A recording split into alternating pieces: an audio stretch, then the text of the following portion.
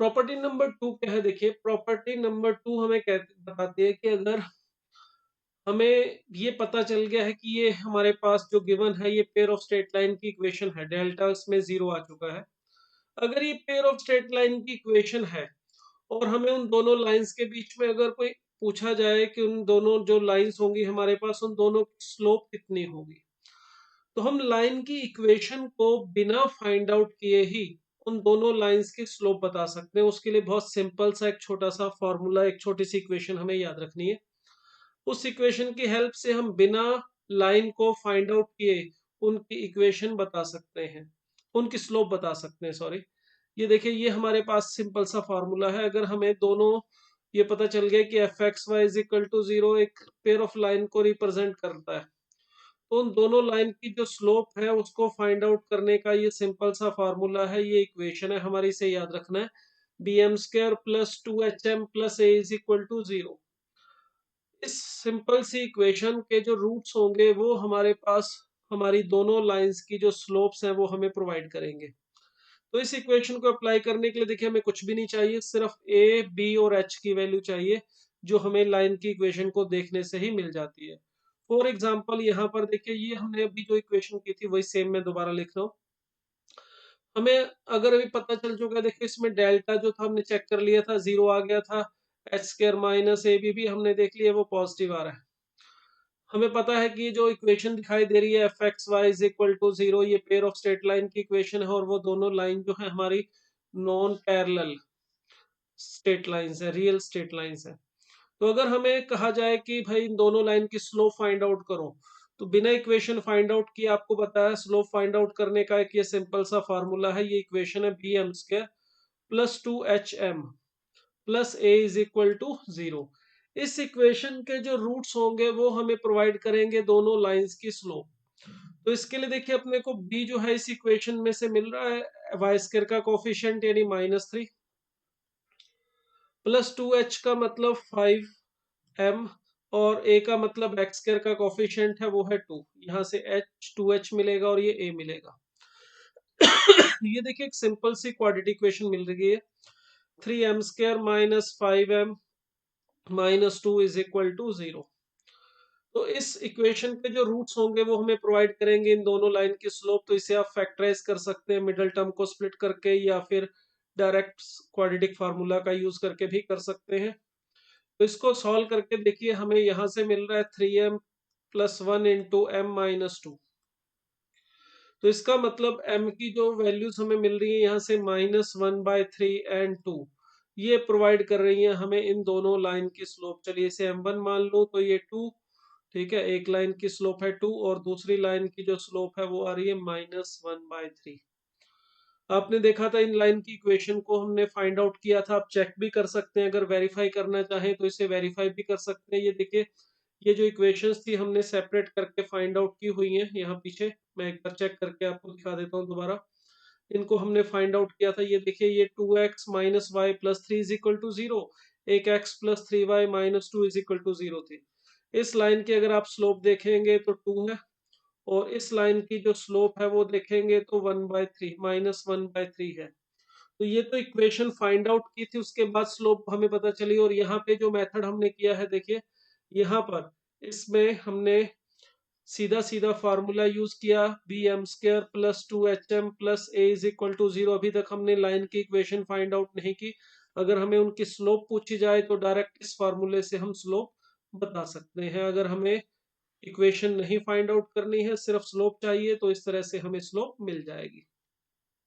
Next thing देखिए, slope के बाद अगर हमें दोनों लाइंस के बीच में एंगल फाइंड आउट करने के लिए कहा जाए, अगर थीटा मान लेते हैं, उन दोनों लाइन के बीच में एक्यूट एंगल है, ये दो लाइंस है हमारे पास L1 और L2। अगर हमें इन दोनों लाइन के बीच में ये एंगल ढूंढना है थीटा, तो इसको फाइंड आउट करने के लिए भी हमारे पास दो तरीके हैं। पहला तरीका तो ये कि आपको ये जो ऊपर इक्वेशन दिखाई दे रही है, इससे आप दोनों लाइन की स्लोप फाइंड आउट कर लो, फिर स्लोप की हेल्प से उन दोनों लाइन के बीच में एंगल। फॉर एग्जांपल, यही अगर मैं इसी को यहाँ पे अप्लाई करना चाहूँ, मुझे स्लोप मिल चुकी है। अब अगर मैं दोनों लाइन के बीच में एंगल ढूंढना चाहूँ, तो टेन थीटा का फार्मूला होता है हमारे पास mod of m1 minus m2 upon 1 + m1 m2। ये जो फार्मूला है, ये जो मैं अप्लाई कर रहा हूँ, ये स्लोप ढूंढने के बाद ही अप्लाई हो पाएगा। तो m1 है हमारे पास 2 और m2 है हमारा -1/3, तो 2 + 1/3 मिलेगा। और नीचे 1 + m1 m2 का मतलब 2/3 मिलेगा। इसे सिंप्लीफाई कीजिएगा, देखिए 7 मिल रहा है। टेन थीटा की वैल्यू मिल रही है हमें 7।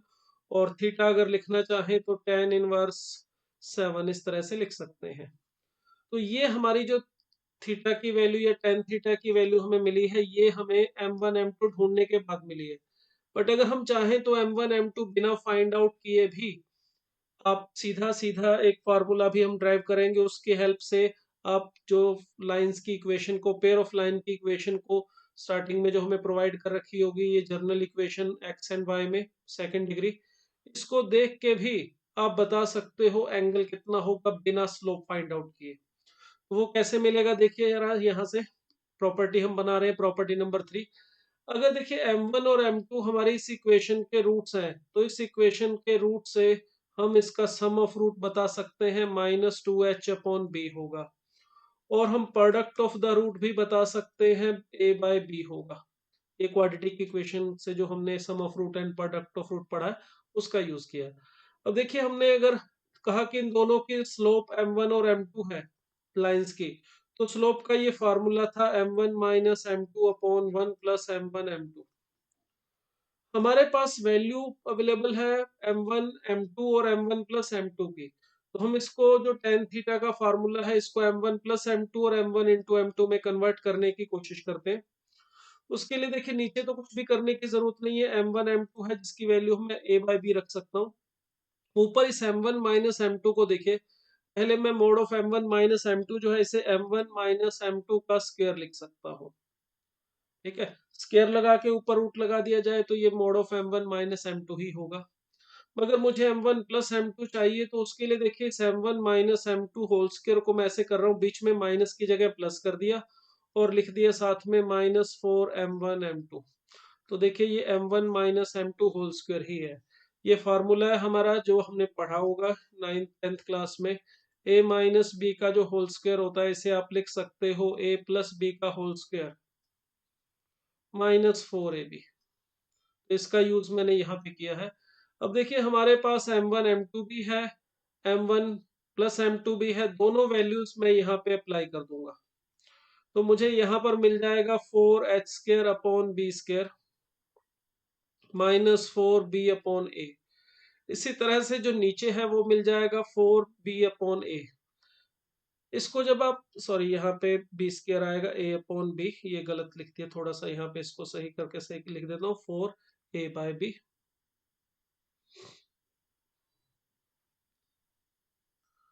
-4m1 m2 का मतलब ये हमारे पास a/b और यहाँ पर भी a/b। तो ये जो फार्मूला है, इसे जब हम सिंप्लीफाई करेंगे इसे एलसीएम वगैरह लेके, तो फार्मूला जो हमारे पास बनेगा वो आ जाएगा tan theta = 2√h² - ab upon a+b। तो ये देखिए ये हमें एक फॉर्मूला मिलेगा tan थीटा का। इस फार्मूले के लिए देखिए आपको अगर दो लाइंस के बीच में एंगल ढूंढना है थीटा, तो आपको स्लोप की जरूरत नहीं है, आपको सिर्फ ए बी और एच की जरूरत है। अगर मैं लाइन की इक्वेशन लिख लूं, जैसे वही पुराने वाली इक्वेशन ही ले लेते हैं, चलिए। लाइन की इक्वेशन थी हमारे पास 2x² + 5xy - 3y² -x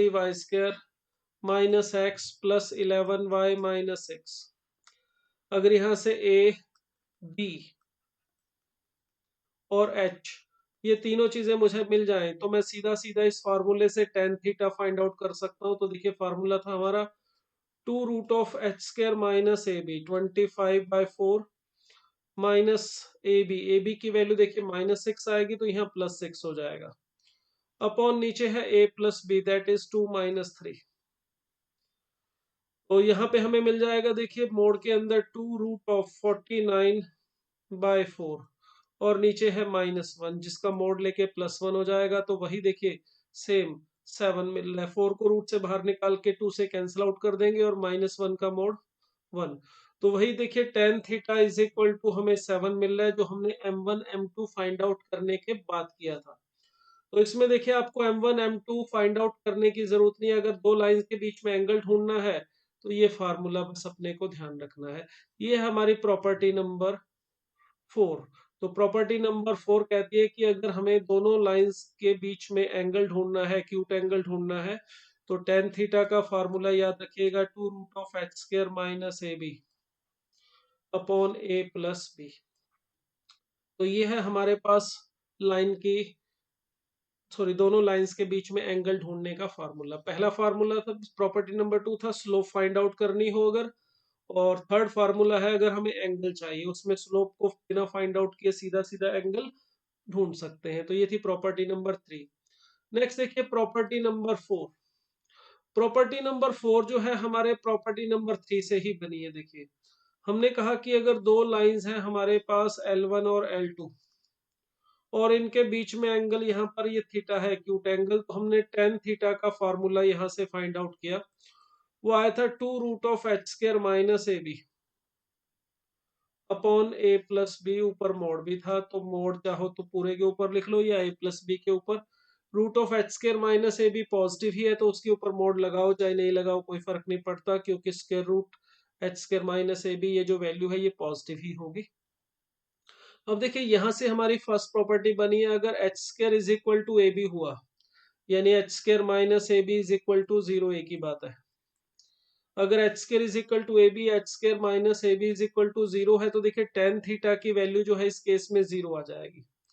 अगर h² is equal to A B है तो tan थीटा 0 आ रहा है। tan थीटा 0 आने का मतलब थीटा की वैल्यू 0 या 180 भी बोल सकते हो, मतलब दोनों जो लाइंस है हमारी उनके बीच में एंगल 0 होने का मतलब लाइंस पैरेलल हो जाएंगी। तो अगर h² is equal to A B है तो लाइंस पैरेलल होंगी। ये इस प्रॉपर्टी नंबर 4 में फर्स्ट पॉइंट। दूसरी बात, अगर a प्लस बी 0 है, x² और y² के कोफिशिएंट का सम 0 है, तो उस केस में देखिए यहाँ पे जो tan थीटा होगा वो नॉट डिफाइन हो जाएगा। tan थीटा नॉट डिफाइन होने का मतलब लाइन जो है हमारी वो परपेंडिकुलर हो जाएंगी। तो ये हमारी condition of perpendicularity a plus B is equal to 0। तीसरी जो प्रॉपर्टी है वो क्या कह रही है कि अगर दोनों लाइन x एक्सिस के साथ यहाँ पे एंड की बजाय लिखना चाहिए और y axis equally inclined with x axis और y एक्सिस, मतलब दोनों लाइन का जो x एक्सिस और y एक्सिस दोनों में से किसी के साथ भी एंगल सेम है, तो उस केस में h 0 होगा या h 0 होगा। तो ये इस तरह से पॉसिबिलिटी है। क्यों है इसका कारण देखिए समझ सकते हैं। इसका कारण इस तरह से समझ सकते हैं, मान लेते हैं ये जो हमारे पास दो लाइंस हैं L1 और L2, अगर ये x एक्सिस के साथ इक्वली इंक्लाइंड है, x एक्सिस मान लो यहाँ पर है, मैं उसको एक बार यहाँ प्रोजेक्ट कर देता हूँ, यहाँ बना लेता हूँ। देखिए ये अगर है हमारी x एक्सिस, अगर ये लाइन और ये लाइन x एक्सिस के साथ इक्वली इंक्लाइंड है, डिफरेंट लाइन है और x एक्सिस के साथ जो इनका एंगल है वो सेम है, तो वो कुछ इस तरह से पॉसिबल होगा। अगर इस तरह से पॉसिबल होगा तो इस केस में जो फर्स्ट लाइन की जो स्लोप है हमारी वो होगी tan ऑफ अल्फा, और m2 होना चाहिए हमारा tan of minus alpha, that is minus tan alpha which is minus of m1। तो देखिए m1 प्लस m2 जो है वो 0 आ जाएगा अगर दोनों लाइंस x एक्सिस के साथ सेम एंगल बना रही है। वो एंगल कितना भी हो सकता है, जरूरी नहीं है 45, वो दोनों x एक्सिस के साथ 60 डिग्री एंगल बना रही है, एक ऊपर की तरफ दूसरा नीचे की तरफ। और अगर m1 प्लस m2 की वैल्यू देखें, m1 और m2 हमारी equation bm² plus 2h m plus a is equal to 0 के रूट थे, जिससे हमने m1 plus m2 find out किया था, -2h अपॉन b आया था। अब देखिए m1 प्लस m2 0 तभी होगा जब h 0 होगा, और h 0 होगा तो m1 प्लस m2 0 होगा। तो अगर ये दोनों लाइन x एक्सिस के साथ इक्वली इंक्लाइन करती हैं, पैरेलल नहीं है मगर दोनों लाइन अगर x एक्सिस के साथ इक्वली इंक्लाइन कर रही हैं, तो उस केस में h की वैल्यू 0 होगी, या h 0 है तो दोनों लाइन x एक्सिस के साथ इक्वली इंक्लाइन करेंगी। अगर एक्स एक्सिस के साथ इक्वली इंक्लाइन करती हैं तो श्योरली वाई एक्सिस के साथ भी सेम एंगल ही बनाएंगे। सपोज ये मान लो मैं वाई एक्सिस है। अब देखिए इस फर्स्ट लाइन का अगर मैं एक्स एक्सिस L1 का एक्स एक्सिस के साथ एंगल ले रहा हूँ, ये alpha positive direction of x, तो यहां से देखिए वाई एक्सिस के साथ जो इनका एंगल होगा वो भी सेम ही होगा। किस तरह से होगा, देखो वाई एक्सिस यहाँ पर है, मैं एक बार उसको यहाँ प्रोजेक्ट करके अगर एंगल देखना चाहूँ तो ये एक्स एक्सिस अगर इनका इस एंगल को देखिए बाइसेक्ट कर रही है, तो ये वाली जो जो लाइन है ये इनके जो सेकंड ऑब्ट्यूस एंगल का बाइसेक्टर होगी, मतलब ये बीटा और ये एक तरह से अगर अगर आप वाई एक्सिस की पॉजिटिव डायरेक्शन के साथ एंगल देखेंगे इस तरह से, तो एक रोटेशन एंटी क्लॉकवाइज और एक रोटेशन क्लॉकवाइज। तो एंटी क्लॉकवाइज जो रोटेशन होती है वो एंगल पॉजिटिव माना जाता है और क्लॉकवाइज नेगेटिव माना जाता है। तो बात वही है, एक एंगल बीटा बनाएगी तो दूसरा माइनस बीटा बनाएगी। जैसे यहाँ पर एक अल्फा था तो दूसरा माइनस अल्फा था। यही आप यहाँ पे वाई एक्सिस के साथ देख सकते हो, ये वाला एंगल जो होगा हमारा ये बीटा, और इसी तरह से ये जो एंगल होगा हमारा ये वाला माइनस बीटा हो जाएगा। तो अगर कोई लाइन एक्स एक्सिस के साथ, दोनों लाइन पैरेलल नहीं है मगर एक्स एक्सिस के साथ इक्वल इंक्लाइंड है या वाई एक्सिस के साथ, तो उसकी कंडीशन होगी h इज इक्वल टू 0। तो ये है हमारी देखिए प्रॉपर्टी नंबर 4। तो इससे हमें तीन कंडीशन मिली प्रॉपर्टी नंबर 4 से, लाइन के पैरेलल होने के लिए, लाइंस के परपेंडिकुलर होने के लिए, और उन दोनों लाइन नॉन पैरेलल होने के बाद एक्स एक्सिस और वाई एक्सिस के साथ इक्वली इंक्लाइंड करने के लिए। ये हमारे पास तीन कंडीशन है। अब देखिए नेक्स्ट एक प्रॉपर्टी और है हमारी, प्रॉपर्टी नंबर 5। ये प्रॉपर्टी क्या कहती है कि अगर हमारे पास दोनों लाइंस इंटरसेक्टिंग है, नॉन पैरेलल लाइंस है, तो हम उनका पॉइंट ऑफ इंटरसेक्शन जो है वो फाइंड आउट कर सकते हैं। अगर हमें दोनों लाइंस का point of intersection find out करना है तो प्रॉपर्टी कहती है कि ये जो दो इक्वेशन है ये क्या है, ये मैं अभी आपको बताता हूँ। इसको बोलते हैं partial derivative of F with respect to X, और ये है partial derivative of F with respect to Y. Partial derivative का क्या मतलब है, देखिए एफ अगर मैं लिखता हूं जो हमारा function of X and Y था, A X square plus 2h(x)y plus B Y square plus 2g(x) plus 2fy plus C. ये अगर हमें जर्नल इक्वेशन हमें दे रखी है दोनों लाइंस की, और हमें इनका पॉइंट ऑफ इंटरसेक्शन चाहिए, ये पॉइंट अल्फा बीटा, तो इसको फाइंड आउट करने के लिए प्रॉपर्टी नंबर 5 कहती है कि आप partial derivative with respect to X करो और partial derivative with respect to Y और उससे हमें जो दो इक्वेशन मिलेंगी उनको सॉल्व करो साइमल्टेनियसली। तो सॉल्व करके जो एक्स और वाई की वैल्यू आएगी वो हमारी दोनों लाइंस का पॉइंट ऑफ इंटरसेक्शन होगा। अब ये partial derivative with respect to X का क्या मतलब है, partial derivative with respect to X का मतलब है कि आप इसका डेरिवेटिव करो, इस जो इक्वेशन आपको दे रखी है, मगर x के रिस्पेक्ट पार्शियल डेरिवेटिव करने का मतलब है सिर्फ और सिर्फ x को वेरिएबल मानना है, बाकी सारी चीजें a b c f g h और साथ के साथ y सब कांस्टेंट मानना है। a b c f g h तो कांस्टेंट है ही, उसमें तो कोई डाउट ही नहीं है, मगर जब हम x के रिस्पेक्ट डेरिवेटिव करेंगे तो y भी कांस्टेंट ही माना जाएगा। अगर मैं a x स्क्वायर का डेरिवेटिव करूं विद रिस्पेक्ट टू x तो ये आ जाएगा 2x 2ax सॉरी। इसी तरह से with respect to X is 2h(x)y का डेरिवेटिव करूं तो 2h और y ये तो कांस्टेंट है और x का डेरिवेटिव हो जाएगा 1। बी वाई स्क्वायर में b भी कांस्टेंट है, y भी कांस्टेंट माना जाएगा क्योंकि हम पार्शियल डेरिवेटिव x के रिस्पेक्ट कर रहे हैं, तो इसका डेरिवेटिव 0। 2g(x) में x का डेरिवेटिव 1 और ये तो 2g है ये कांस्टेंट है, मल्टीप्लाई में है तो एज इट इज रहेगा। 2fy का डेरिवेटिव भी 0 क्योंकि f और y दोनों कांस्टेंट माने जाएंगे और c का डेरिवेटिव भी 0, और इसे 0 के इक्वल रखेंगे तो देखिए ये हमारे पास ax plus hy plus g, ये एक लीनियर इक्वेशन मिली x और y में।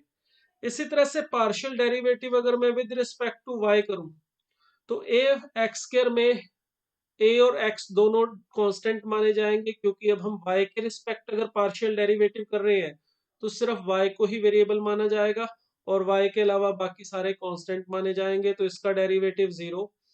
यहाँ पे 2hx एज इट इज रहेगा और y का डेरिवेटिव 1। ये जो बी वाई स्क्र है इसका वाई के रिस्पेक्ट डेरिवेटिव 2by, और 2gx में y नहीं है, g और x कांस्टेंट माने जाएंगे तो डेरिवेटिव 0। 2fy में y के रिस्पेक्ट डेरिवेटिव करना है तो 2f कांस्टेंट है, मल्टीप्लाई में एज इट इज रहेगा और y का डेरिवेटिव 0, और c कांस्टेंट है उसका भी डेरिवेटिव 0। तो यहां से देखिए हमें मिलेगा hx plus B Y plus, sorry hx plus B Y, यहाँ पे c नहीं है ये 0 है, plus f is equal to 0। तो इस तरह से हमें दो लीनियर इक्वेशन मिलेंगी, और इन दोनों लीनियर इक्वेशन को सॉल्व करके जो x और y की वैल्यू हमें मिलेगी वो होगा हमारा पॉइंट ऑफ इंटरसेक्शन दोनों लाइंस का। चलिए इसका हम यूज करके इस एग्जांपल को वापस लेते हैं। यही हमारे पास जो पेयर ऑफ लाइन की इक्वेशन हमें दे रखी है, हमें कह दिया जाए भाई इनका पॉइंट ऑफ इंटरसेक्शन पता करो, ये वाला पॉइंट ये पता करना है अल्फा बीटा। तो इसको फाइंड आउट करने के लिए जो तरीका बताया मैंने उसमें क्या कहा, पहले एफ का पार्शियल डेरिवेटिव करते हैं विद रिस्पेक्ट टू एक्स। तो वो हमें यहां से मिलेगा 4x प्लस 5y और 3y² का 0 माइनस एक्स का -1, और उसके बाद 11y और -6 का 0। तो ये हमें पहली इक्वेशन मिली। इसी तरह से partial derivative with respect to y कीजिए, तो x के y के रिस्पेक्ट डेरिवेटिव करना है तो x को कांस्टेंट मानेंगे तो 2x² का डेरिवेटिव तो 0, 5xy का डेरिवेटिव करूंगा तो मुझे मिलेगा 5x, -3y² का करूंगा तो -6y, और उसके बाद 11y का डेरिवेटिव हो जाएगा +11, और x और -6 का तो 0 ही होगा क्योंकि y के रिस्पेक्ट कर रहे हैं। तो देखिए ये जो हमारे पास दो लीनियर इक्वेशन मिली है x और y में, इन्हें सॉल्व करना है। इसको अगर हम सॉल्व करें तो देखिए सॉल्व करके x की वैल्यू हमें मिल रही है -1 और y की वैल्यू 1। आप इसको सॉल्व करके देख सकते हैं, चाहे आप इसको एलिमिनेशन मेथड से या क्रॉस मल्टीप्लिकेशन मेथड से, इक्वेटिंग कोफिशिएंट जिससे आप सॉल्व करना चाहें कर सकते हैं। तो ये जो सॉल्व करके x और y की वैल्यू आ रही है, ये हमारे पास x की जो वैल्यू है ये एक्चुअली अल्फा है, पॉइंट P का x कोऑर्डिनेट, और y की जो वैल्यू है ये है बीटा, यानी कि पॉइंट P का y कोऑर्डिनेट। तो इस पॉइंट P के कोऑर्डिनेट आ रहे हैं -1, 1। तो इस तरह से हम अगर दो नॉन पैरेलल लाइंस हैं उनका point of intersection find out कर सकते हैं इस मेथड से। अगर देखिए मुझे अब इन लाइन की इक्वेशन ढूंढनी है तो वो मैं पॉइंट और स्लोप की हेल्प से भी ढूंढ सकता हूँ। हमने अगर इन दोनों लाइंस की स्लोप फाइंड आउट कर ली है इस फार्मूले से, जो स्लोप के लिए फार्मूला था हमारा bm² plus 2hm plus a is equal to 0। इससे हमने स्लोप फाइंड आउट की थी, ये जो इक्वेशन आई थी हमारे पास -3m² plus 5m plus 2 is equal to 0। इसको सॉल्व करके m की दो वैल्यूज मिली थी हमें 2 एंड -1/3। तो इन दोनों की हमें स्लोप मिल सकती है इसकी स्लोप वाले फार्मूले से, और ये हमारे पास m2 जो है -1/3, और इस पॉइंट ऑफ इंटरसेक्शन वाले मेथड से ये पॉइंट ऑफ इंटरसेक्शन मिल गया। तो आप दोनों लाइन की इक्वेशन को वन पॉइंट स्लोप फॉर्म से भी फाइंड आउट कर सकते हो। अगर मैं इसको L1 लिखूं फर्स्ट वाली लाइन को, और ये वाली लाइन को L2 लिखूं, तो देखिए L1 की इक्वेशन होगी y minus y1 is equal to m into X minus x1। Simplify करके देख सकते हैं, 2x minus Y plus 3 is equal to 0 आ रहा है। इसी तरह से L2 की इक्वेशन फाइंड आउट करना चाहे तो y minus y1 is equal to m which is -1/3 x plus 1, ये हमें मिल रहा है। सिंप्लीफाई करके इसको भी देख सकते हैं, तो x प्लस 3y, और यहाँ पे आ जाएगा हमारे पास -3, और ये -1 प्लस 2, -2 इज इक्वल टू 0, ये मिल रहा है। तो इस तरह से भी हम दोनों लाइंस की इक्वेशन को फाइंड आउट कर सकते हैं। तो ये हमने प्रॉपर्टीज की पेयर ऑफ स्ट्रेट लाइन में, एक बार थोड़ा रिमाइंड करवा दूं, 5 प्रॉपर्टीज हमने यहाँ पे की है पेयर ऑफ लाइंस के अंदर। तो पहली प्रॉपर्टी जो हमने की है वो ये की है कि हमें अगर होमो ऐसी सेकंड डिग्री इक्वेशन दी जाए एक्स और वाई में, वो पता करना है पेयर ऑफ लाइन की इक्वेशन है या नहीं। तो डेल्टा से पता चलेगा, अगर डेल्टा 0 है तो ये पेयर ऑफ लाइन की इक्वेशन होगी। और उसमें वो पेयर ऑफ लाइन तीन तरह से हो सकता है, अगर h² माइनस ए बी पॉजिटिव है तो real and non parallel, h² minus A B 0 है तो रियल एंड पैरेलल, और अगर h² minus A B negative है तो इमेजिनरी पेयर ऑफ लाइन। तो ये फर्स्ट प्रॉपर्टी हमने की। इसके बाद सेकंड था हमारा कि अगर हमें उन दोनों लाइन की स्लोप फाइंड आउट करनी है तो हमारा फार्मूला था B M square plus 2HM plus A is equal to 0। इस फार्मूले का यूज करके आप स्लोप ढूंढ सकते हो।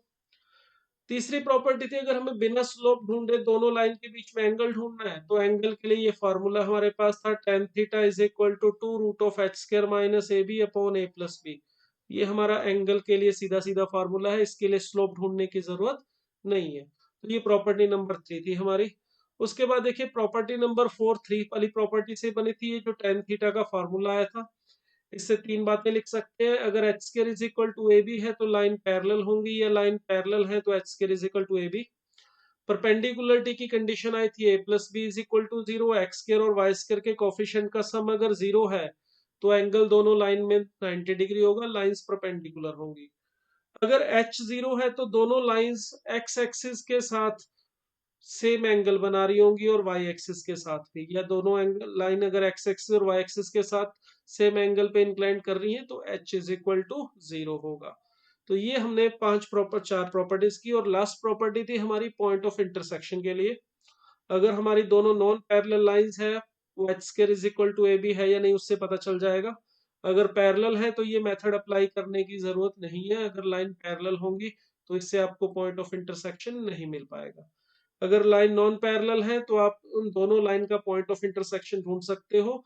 ये partial derivative with respect to x and y करके दो इक्वेशन बनाओ, फिर उन दोनों इक्वेशन को सॉल्व करके जो एक्स और वाई की वैल्यू आएगी, देखिए ये हमारे पास दोनों लाइन का पॉइंट ऑफ इंटरसेक्शन होगा। तो इस पॉइंट ऑफ इंटरसेक्शन अगर हम मिल जाए और अगर स्लोप भी ढूंढ दे स्लोप वाले फार्मूले से, तो हम दोनों लाइन की इक्वेशन को भी लिख सकते हैं। तो ये था हमारे पास लाइन के लिए प्रॉपर्टीज और उसके बारे में बाकी जानकारी पता करने के 5 मेथड्स।